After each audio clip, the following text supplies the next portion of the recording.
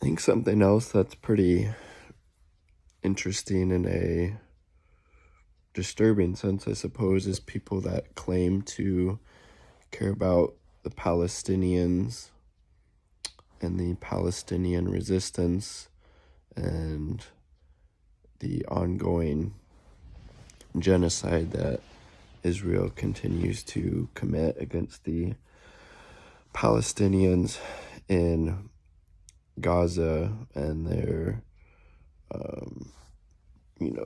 terrorizing and occupation of the Palestinians in the other occupied territories, is how this is going to impact the axis of resistance, which is going to lead to Israel being able to continue to commit these atrocities at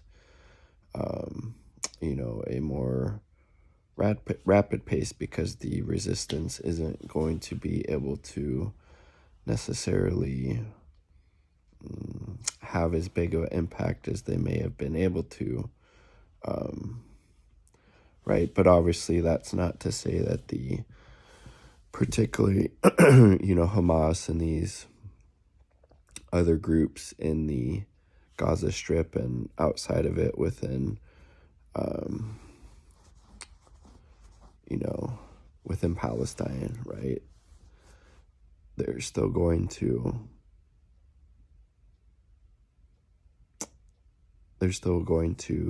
resist, as much as they have been. And it's really, really impressive the amount of resistance they have been able to put up under some obviously very, very, very, very difficult conditions, and just the ingenuity and how they've been able to develop weapons from, let's say, unexploded Israel ordinances and reverse engineering things, and the bravery of their resistance fighters, like getting super close up to tanks and putting IEDs on them, or shooting these different, RPGs and the like at different Israel, troops and personnel carriers, tanks, etc. So that will continue, and no matter how many thousands, tens of thousands, hundreds of thousands of civilians,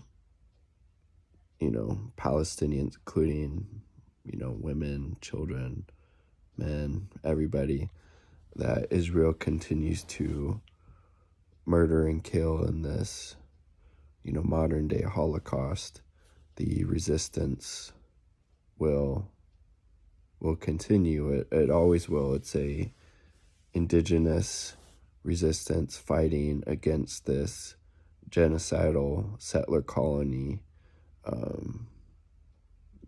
So that's obviously going to keep going, but the axis of resistance has been weakened with the overthrow of the Syrian government. So I just think it's very interesting that people who say that they support, a free Palestine, right? A Palestine where everybody has equal rights. That includes, Muslims, Jews, Christians, secular folks, etc., like what existed prior to 1948 and the creation of the settler colonial project that calls itself Israel. People that claim to care about a free Palestine and supporting the Palestinians are supportive of the regime change effort that has installed these, Islamic extremists, these Al-Qaeda derivatives, which, we're seeing Israel bombing the ship out of the military assets that had been left in the country. And obviously it's going to make it a lot more difficult for Iran to get weapons to Hezbollah, right? Hezbollah is obviously a big part of the axis of resistance that's going to be impacted in a, pretty big material way. Yeah, so what are you doing, folks? Your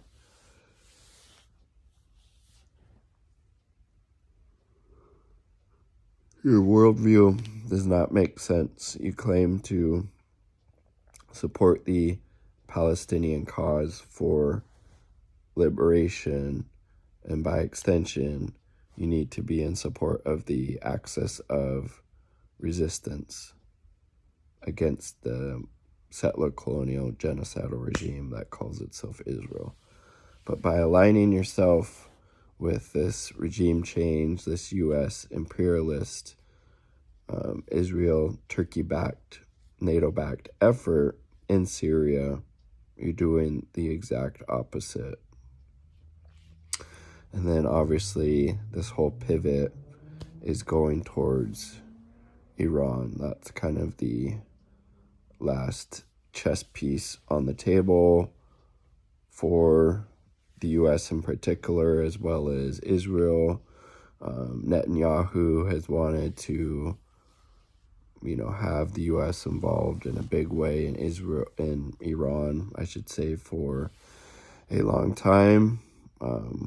Hopefully, obviously, he doesn't get his wish, but by weakening the axis of resistance with the overthrow of the Syrian government, makes that potential possibility a bit more likely, even though, there's a reason that Israel hasn't really gone after, let's say, the oil and gas installations in Iran, because Iran has said if they do that, well, then we're going to ratchet shit up, and that's not going to be good for anybody. So maybe that won't be the case. Obviously, Iran has quite a bit higher level of deterrence than Syria did. It's got a stronger state, stronger military. The U.S. isn't occupying a third of the country. The U.S. doesn't control the oil fields or the breadbasket in the country. So the material conditions on the ground are quite a bit different there, making it, a lot less likely, right, that if, so just kind of interesting to see those dimensions, but okay, I'm gonna end this now. I'm getting way too sleepy here, but just have a concrete analysis of the concrete conditions, folks. If you claim to care about the Palestinians, Palestinian resistance, you need to be, on the side of the axis of resistance and realizing those same forces are fighting against U.S. imperialism, fighting against the big Satan, which is the U.S., and little Satan, which is Israel, and, their NATO allies like Turkey, right? So do better, folks. I know you got it in you. You just got to, see through the propaganda for what it really is. Peace. Much love, all part of the people.